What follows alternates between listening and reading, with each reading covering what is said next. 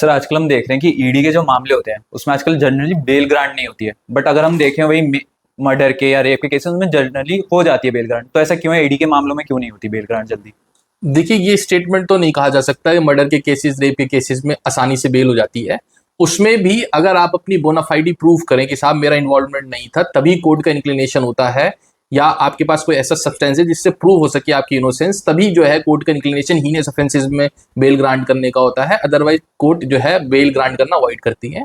हाँ, पर ये बात ठीक है कि as compared to those offences, ED के केसेस में भी जिसमें प्रोसीड्स ऑफ क्राइम है और एनफोर्समेंट डायरेक्टरेट जो है prevention of money laundering act को देख रही है कि जो है कोई मनी लॉन्ड्री तो नहीं है, उस केस में अगर आपका नाम आ जाता है, आपके अगेंस्ट जो है चार्जेस फ्रेम हो जाते हैं, उस केसेस में भी जो है बेल मिलनी बड़ी मुश्किल होती है। उसका रीजन ये है कि section 45 of prevention of money laundering act ये कहता है कि जब भी कोई भी कोर्ट, स्पेशल कोर्ट जो है वो बेल ग्रांट करेगी, तो उससे पहले सबसे पहले उनको इन डिटेल्ड पब्लिक प्रोसिक्यूटर का वर्जन जो है सुनना पड़ेगा। यानी कि स्टेट गवर्नमेंट को, प्रोसिक्यूशन को, सरकार को ये पूरा अपॉर्चुनिटी दी जाएगी, रीजनेबल जस्टिफिकेशन दिया जाएगा और काफी जो है समय दिया जाएगा to be carefully heard in case of any charges against the accused person in those act. और दूसरा, ये एक तो आप पीपी साहब को जो पूरी अपॉर्चुनिटी देंगे पूरा केस समझाने की और उसको एक्सप्लेन करने की कैसे क्राइम में इन्वॉल्वमेंट है ये।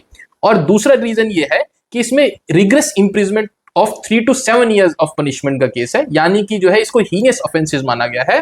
इसीलिए जो है इसमें काफी जो है वो कोर्ट जो है डिटेल इन्वेस्टिगेशन के साथ, डिटेल इंक्वायरी के साथ, डिटेल सारी चीजें समझने के बाद ही जो है इंक्लिनेशन बनता है बेल देने का, जिसमें टाइम लगता है। और तीसरी चीज ये, आपको खुद ये बोनाफाइडी प्रूफ करनी पड़ती है कोर्ट के समक्ष कि आपका इससे रिलेटेड कोई इन्वॉल्वमेंट केस में नहीं है। और court after clear finding in detail जो है, अगर ये पाती है कि नहीं आपका इसमें इन्वॉल्वमेंट नहीं है, तभी इन राइटिंग जो है रीजनेबल जस्टिफिकेशन और जजमेंट के साथ जो है वो बेल ग्रांट कर सकते हैं। अदरवाइज अगर जरा भी सब्सटेंस आपका पाया जाता है तो कोर्ट का इंक्लिनेशन नेगेटिव रहता है इन ग्रांटिंग द बेल।